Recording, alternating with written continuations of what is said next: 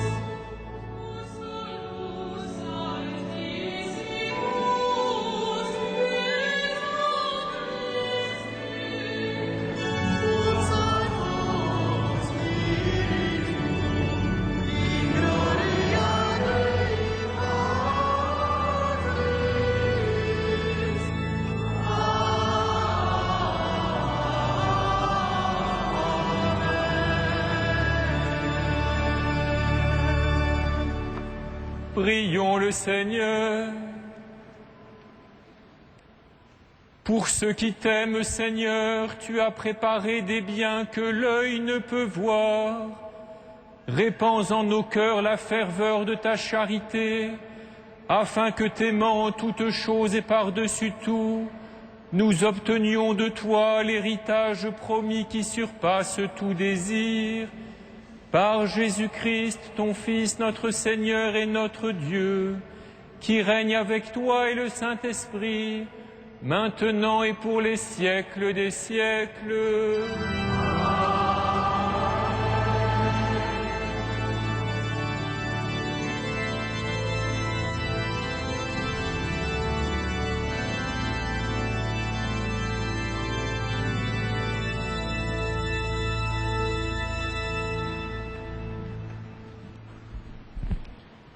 Lecture du livre des Proverbes.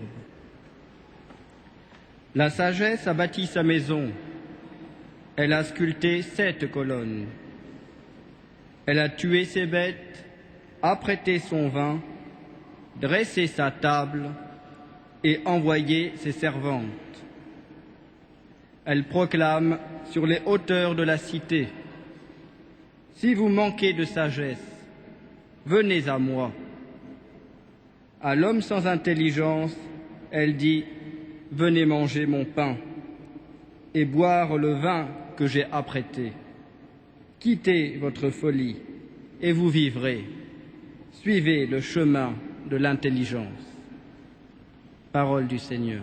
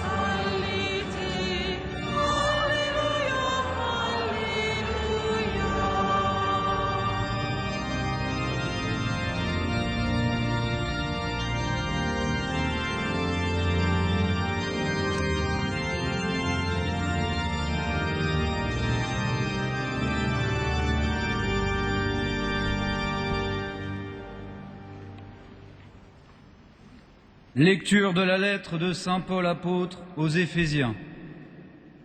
Frères, prenez bien garde à votre conduite. Ne vivez pas comme des fous, mais comme des sages. tirez parti du temps présent, car nous traversons des jours mauvais. Ne soyez donc pas irréfléchis, mais comprenez bien quelle est la volonté du Seigneur. Ne vous enivrez pas, car le vin porte à la débauche. Laissez-vous plutôt remplir par l'Esprit Saint. Dites entre vous des psaumes, des hymnes et de libres louanges. Chantez le Seigneur et célébrez-le de tout votre cœur. À tout moment et pour toute chose, rendez grâce à Dieu le Père, au nom de notre Seigneur Jésus-Christ. Parole du Seigneur.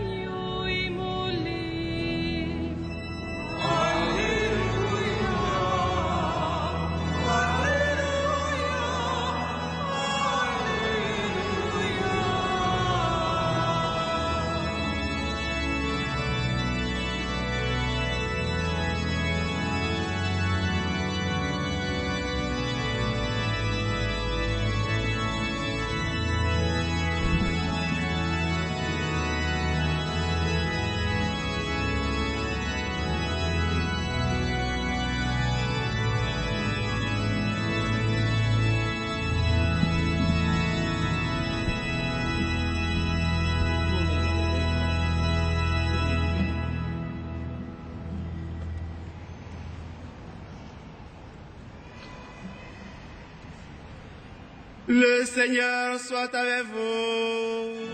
Et avec votre esprit. Évangile de Jésus-Christ selon Saint Jean. À toi, Seigneur.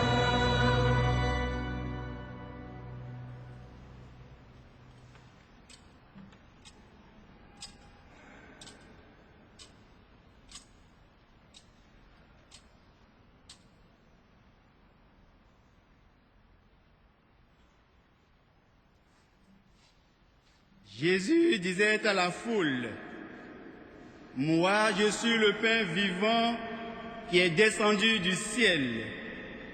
Si quelqu'un mange de ce pain, il vivra éternellement.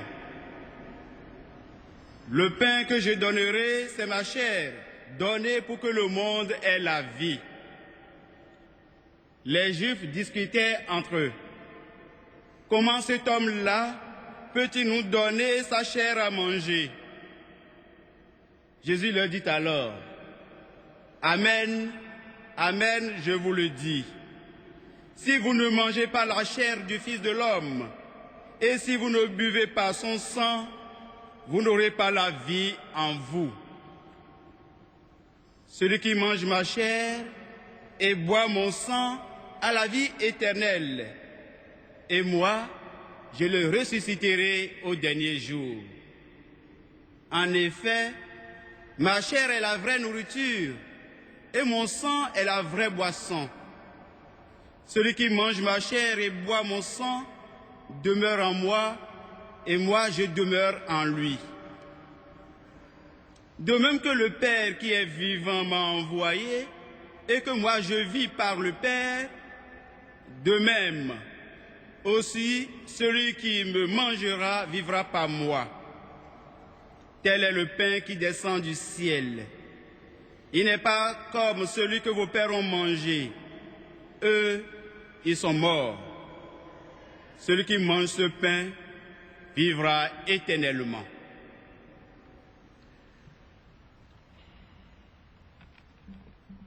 Acclamons la parole de Dieu. Louange à toi, Seigneur Jésus.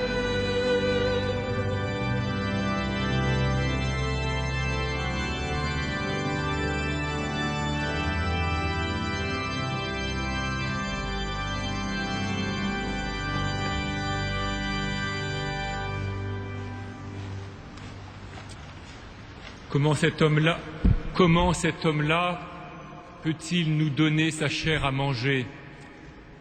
Murmuraient entre eux les Juifs qui entendaient Jésus et peut-être beaucoup d'hommes après eux. Mais la question, frères et sœurs, est peut-être plutôt comment cet homme-là pourrait-il ne pas nous donner sa chair à manger? Car la chair de l'homme, dans la langue biblique, ce n'est pas notre viande. La chair, c'est tout ce que nous avons reçu lorsque nous avons été conçus et lorsque nous naissons, tout ce que nous héritons, tout ce que nous recevons des lignées qui nous ont précédés, tout ce que nous trouvons en quelque sorte à notre disposition, afin que nous puissions y puiser de l'énergie, de la force au long de notre vie pour devenir nous-mêmes. Si nous entendons la chair ainsi, comment se fait-il que son premier réflexe soit si souvent de se rétracter sur elle-même, de s'inquiéter toujours d'elle-même?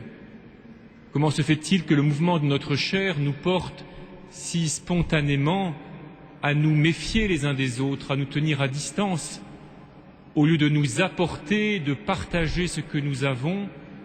Comment se fait-il que nous cherchions plutôt à prendre plutôt qu'à donner?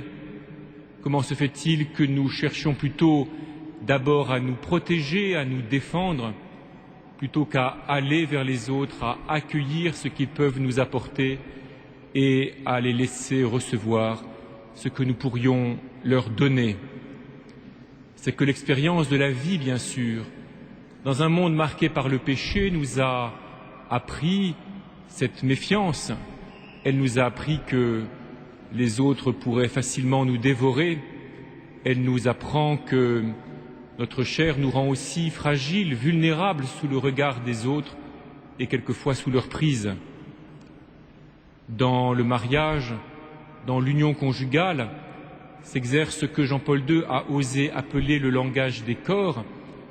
Et ce langage des corps est à la fois l'expression, le moyen et la promesse de ce don mutuel de leur chair aux époux qui est, par les époux, qui est la promesse, qui est le gage d'une union, d'une intensité que rien d'autre sur terre ne peut égaler.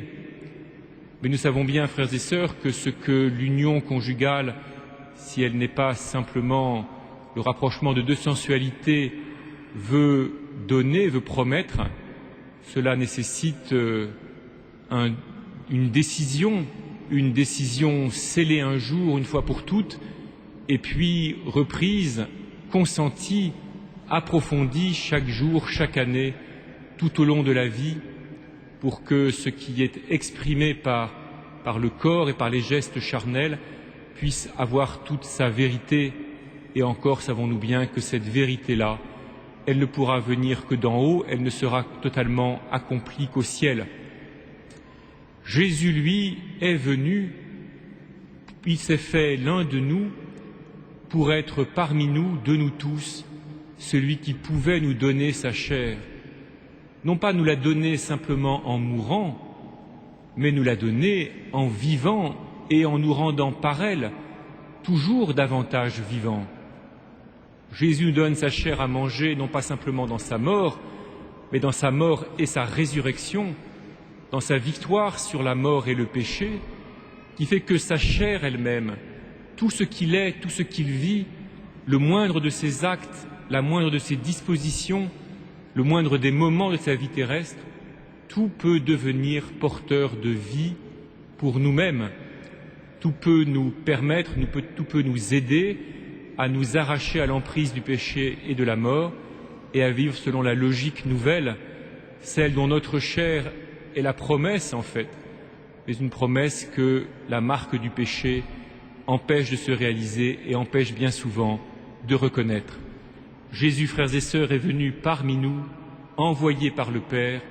Il est entré dans notre chair pour être celui qui pourrait nous donner sa chair, dont la chair serait pour nous une vraie nourriture et le sang une vraie boisson, accomplissant ainsi le vœu secret de notre condition, de notre nature humaine, qui est que nous puissions nous donner les uns aux autres et nous recevoir les uns les autres en nous rendant tous toujours plus vivants les uns les autres.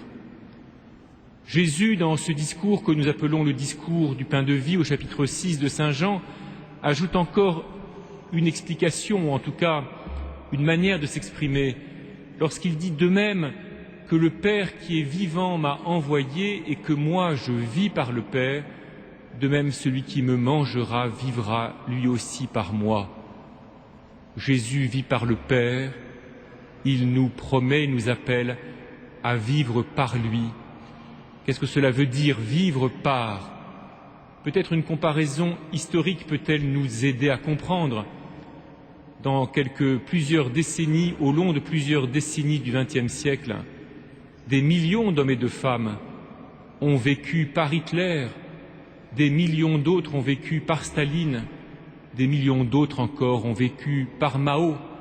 C'est-à-dire que des millions d'hommes et de femmes, pourtant façonnés par une histoire extrêmement riche, une civilisation brillante, des millions d'hommes et de femmes ont cru pendant des décennies que tel homme pouvait déterminer leur vie, que tel homme pouvait les conduire collectivement et chacun individuellement vers le bonheur ou vers l'accomplissement de leur humanité.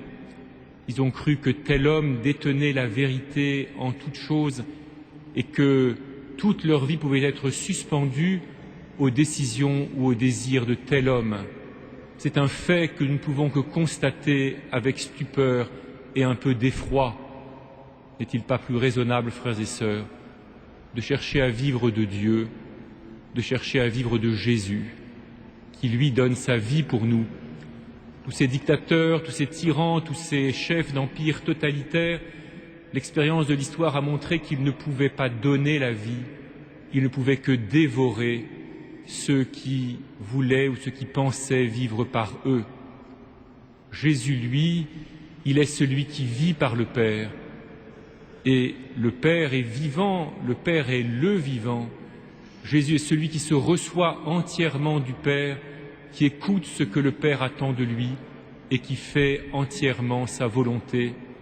Et il vient dans notre chair, il est venu dans notre chair et il nous donne sa chair à manger pour pouvoir devenir, pour chacun de nous, celui par qui nous vivons. Mais il ne vient pas pour nous dévorer, il ne vient pas pour nous priver de toute notre autonomie, il vient au contraire pour nous libérer de l'intérieur du péché et de la mort et de tout ce qui nous y conduit, tout ce qui nous y enferme, et pour nous ouvrir à la plénitude de la vie, comme Dieu le Père a voulu nous la donner. Il vaut la peine, frères et sœurs, que chacun de nous se demande « Par qui est-ce que je vis ?» et que nous vérifions que c'est bien par le Seigneur Jésus, tel que nous le connaissons, lui qui se donne à nous dans l'Eucharistie. Il vaut la peine aussi, frères et sœurs, que, soit par nos paroles ou bien par notre comportement, nous interrogions ceux qui nous entourent. Par qui vis-tu ? Vivons-nous par notre travail ? Vivons-nous par notre ambition ? Vivons-nous par notre amour pour notre conjoint ou pour nos enfants? Mais est-il si juste que cela de vivre par cela totalement? Vivons-nous par la fascination de tel ou tel personnage qui nous impressionne et que nous cherchons à imiter ou dont nous voulons dépendre dans toutes nos pensées et nos actions? Vivons-nous par la peur ou l'inquiétude que nous avons du lendemain ou de ce qui nous arrivera. Jésus nous donne sa chair à manger pour que nous puissions vivre par lui. Et lui, encore une fois, il est celui qui vit par le Père. S'il prétend devenir ainsi le centre et le moteur de notre vie, c'est parce que lui-même réfère tout à celui qui est plus grand que lui. Il ne vient pas pour détruire ou pour supprimer toutes les médiations humaines dont nous avons besoin, mais au contraire, vivant par lui, nous deviendrons capables d'aller les uns vers les autres, de nous recevoir les uns des autres et de nous donner les uns aux autres. Alors, frères et sœurs, en ce dimanche d'été, alors que nous célébrons cette Eucharistie, demandons au Seigneur la grâce de vivre selon la sagesse qu'il nous indique, de nous détacher de toute folie et de vivre selon cette sagesse qui est contenue dans son Eucharistie et que nous célébrons chaque fois que nous célébrons la messe. L'Eucharistie peut paraître incompréhensible ou anodine à beaucoup. Nous avons la grâce de savoir qu'elle est remplie de sagesse et qu'elle nous indique un chemin de vie. Il faut que notre vie se conforme à l'Eucharistie et pour cela, frères et sœurs, il nous faut encore une fois que dans cette Eucharistie nous reconnaissions Jésus lui-même qui vient à nous pour que nous puissions nous nourrir de tout ce qu'il a à nous donner. Il ne nous donne pas, nous ne mangeons pas sa chair comme on mange de la viande, nous ne mangeons pas sa chair comme une nourriture matérielle, nous la mangeons comme une nourriture spirituelle qui demande que par notre intelligence et notre cœur, nous adhérions au mouvement intérieur de Jésus, nous entrions nous-mêmes dans cette obéissance libre, joyeuse au Père, qui nous rendra capables de recevoir toute chose comme un don du Dieu créateur et de retourner toute chose en une offrande à Dieu en allant davantage les uns vers les autres, en essayant, en cherchant à rendre ceux qui sont mis sur notre route davantage vivants. Vivre, frères et sœurs, qu'est-ce que c'est que vivre? Nous savons, pour reprendre les termes de saint Paul, que ce n'est pas vivre dans la débauche, même hygiénisée, ce n'est pas vivre dans l'excitation de l'alcool ou d'on ne sait quelle drogue, dont on ne sait quel plaisir qui finalement rendent la vie plus excitante, mais d'une excitation qui ne peut durer qu'un moment.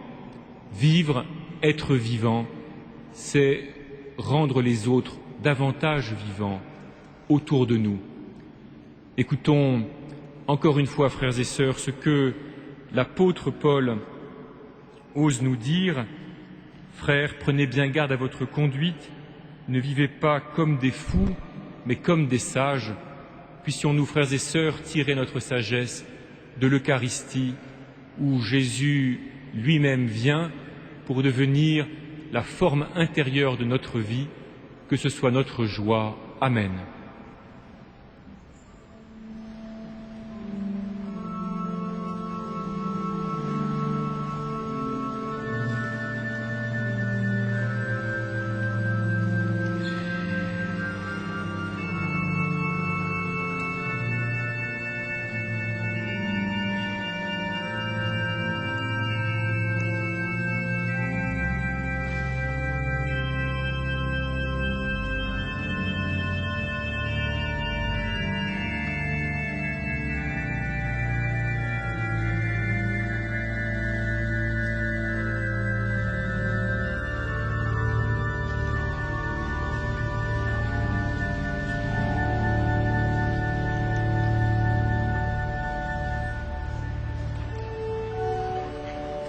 Credo in unum Deum.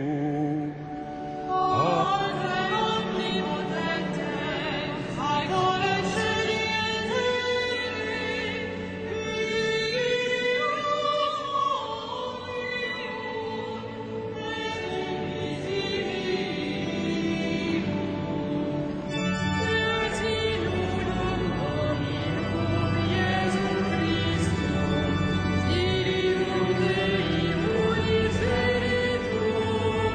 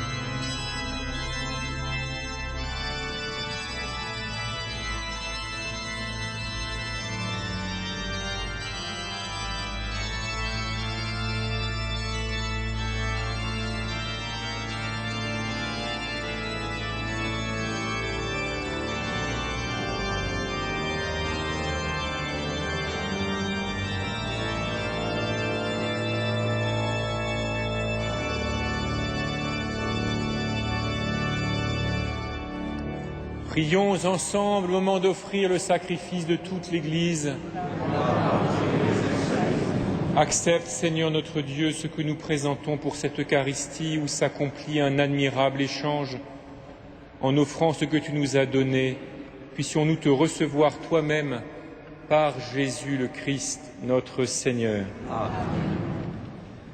Le Seigneur soit avec vous. Élevons notre cœur. Rendons grâce au Seigneur notre Dieu.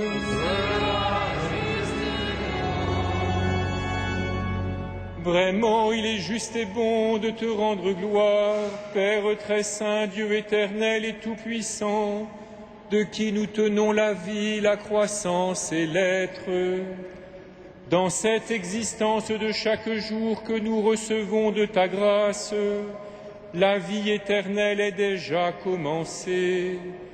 Nous avons reçu les premiers dons de l'Esprit, par qui tu as ressuscité Jésus d'entre les morts, et nous vivons dans l'espérance que s'accomplisse en nous le mystère de Pâques. C'est pourquoi, avec tous les anges du ciel, nous voulons te bénir et t'acclamer en chantant d'une seule voix.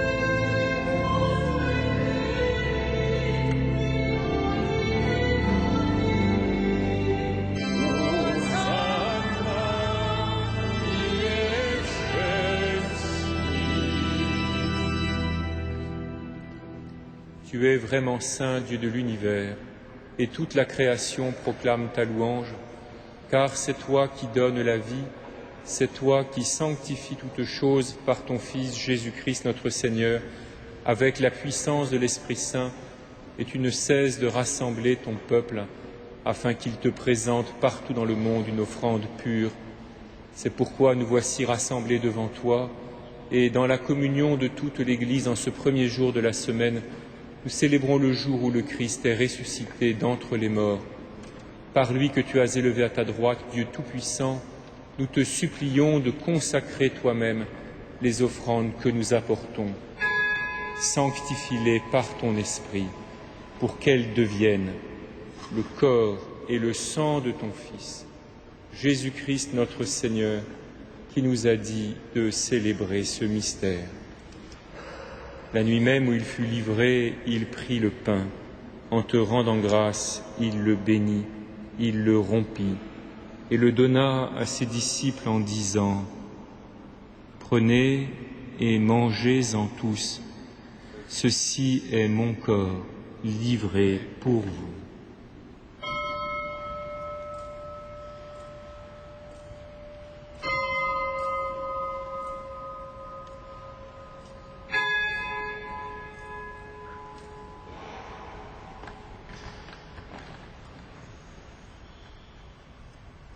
De même, à la fin du repas, il prit la coupe. En te rendant grâce, il la bénit et la donna à ses disciples en disant : « Prenez et buvez-en tous, car ceci est la coupe de mon sang, le sang de l'alliance nouvelle et éternelle, qui sera versé pour vous et pour la multitude en rémission des péchés. Vous ferez cela en mémoire de moi. »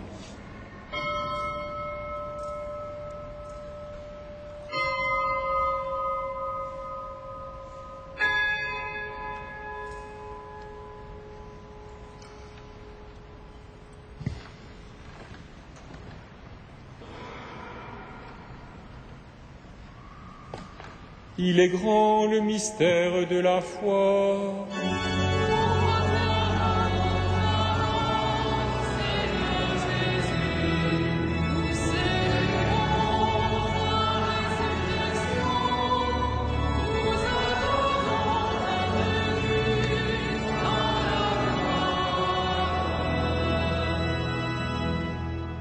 faisant mémoire de ton Fils, de sa passion qui nous sauve, de sa glorieuse résurrection et de son ascension dans le ciel, alors que nous attendons son dernier avènement, nous présentons cette offrande vivante et sainte pour te rendre grâce. Regarde, Seigneur, le sacrifice de ton Église et daigne y reconnaître celui de ton Fils qui nous a rétablis dans ton alliance. Quand nous serons nourris de son corps et de son sang et remplis de l'Esprit Saint, accorde-nous d'être un seul corps et un seul esprit dans le Christ.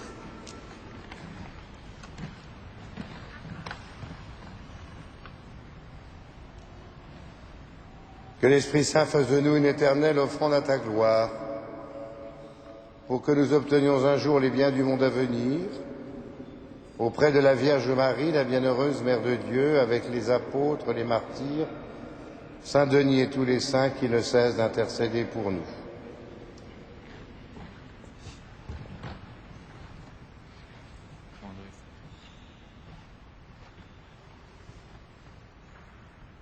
Et maintenant, nous te supplions, Seigneur, par le sacrifice qui nous réconcilie avec toi, étends au monde entier le salut et la paix. Affermis la foi et la charité de ton Église au long de son chemin sur la terre. Veille sur ton serviteur, le pape Benoît XVI, notre évêque André, l'ensemble des évêques, les prêtres, les diacres et tout le peuple des rachetés. Écoute les prières de ta famille assemblée devant toi et ramène à toi, Père très aimant, tous tes enfants dispersés.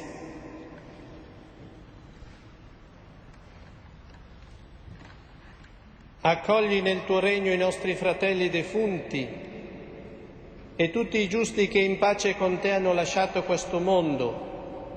Concedi anche a noi di ritrovarci insieme a godere per sempre della tua gloria, in Cristo nostro Signore, per mezzo del quale tu, o Dio, doni al mondo ogni bene.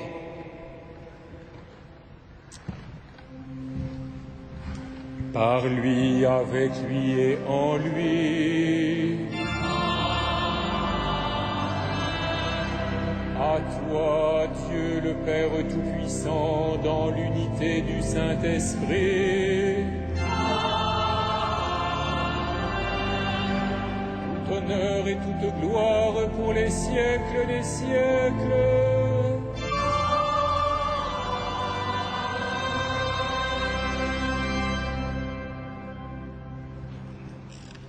Comme nous l'avons appris du Sauveur, selon son commandement, nous osons dire « Notre Père, qui es aux cieux, que ton nom soit saint.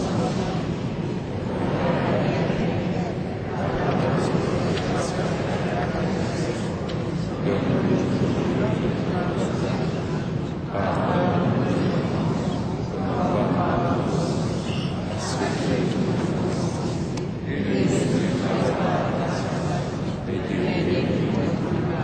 Délivre-nous de tout mal, Seigneur, et donne la paix à notre temps.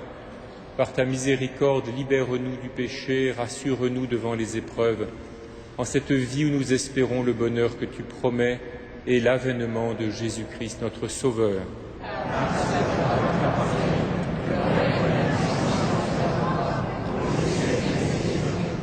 Seigneur Jésus-Christ, tu as dit à tes apôtres, je vous laisse la paix, je vous donne ma paix. Ne regarde pas nos péchés, mais la foi de ton Église. Pour que ta volonté s'accomplisse, donne-lui toujours cette paix et conduis-la vers l'unité parfaite, toi qui règnes pour les siècles des siècles. Amen. Que la paix du Seigneur soit toujours avec vous. Dans la charité du Christ, frères et sœurs, donnez-vous la paix.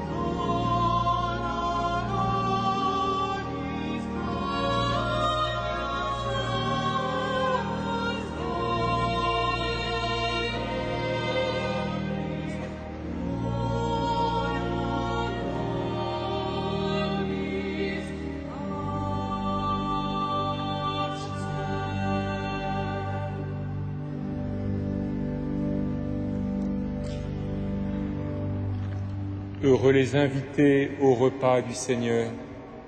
Voici l'agneau de Dieu qui enlève le péché du monde.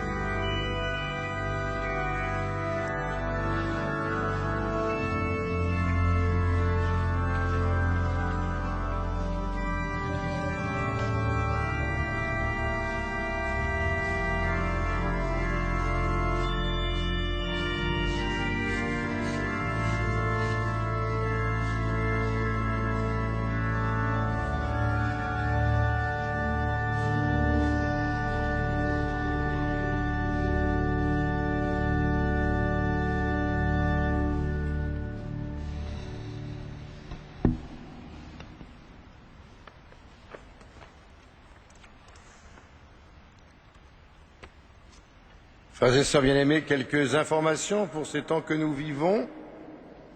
Tout d'abord, dimanche prochain, 26 août à 11h30, notre archevêque, le cardinal 23, présidera l'Eucharistie à l'occasion du 68e anniversaire de la libération de Paris. Évidemment, ce sera une messe à l'intention du général de Gaulle, du général Leclerc, de tous les officiers, sous-officiers, soldats et résistants et déportés et victimes de la guerre 39-45, mais plus largement encore une messe pour la paix. Par ailleurs, je vous rappelle qu'au mois d'août, tous les soirs sauf les lundis, vous pouvez donc à 21h30 profiter de la projection du film Notre-Dame de Paris, cathédrale vivante, c'est 80 minutes en français, traduite en anglais. Donc, ce soir, par exemple. Les visites gratuites de la cathédrale se poursuivent cet été. Elles sont données par les jeunes de l'association CASA et font donc un bon accueil en plusieurs langues à tous ceux qui désirent connaître mieux notre belle cathédrale. Enfin, le jubilé des 850 ans arrive à grands pas et donc vous lirez les lignes si vous pouvez ou si vous souhaitez nous retrouver pour contribuer à la préparation de ce jubilé et à la réalisation, eh bien n'hésitez pas. Merci donc. Enfin, pour terminer, le concert de musique sacrée le lundi 20 août à 20h30, c'est-à-dire demain soir. Vous pouvez prendre des billets à l'accueil. Eh bien, nous pouvons nous lever pour terminer notre prière avec Monseigneur Éric de Moulin-Bonfort, évêque auxiliaire du diocèse de Paris.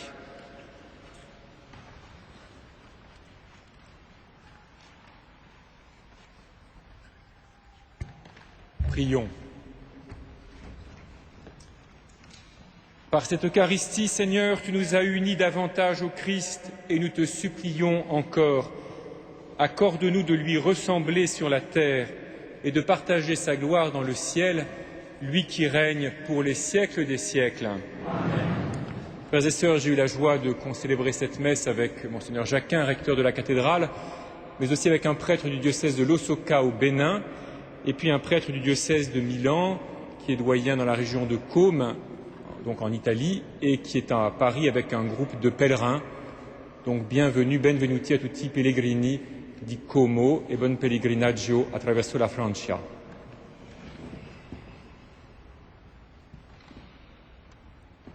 Le Seigneur soit avec vous. Que Dieu Tout-Puissant vous bénisse, le Père, le Fils et le Saint-Esprit. Allez dans la paix du Christ.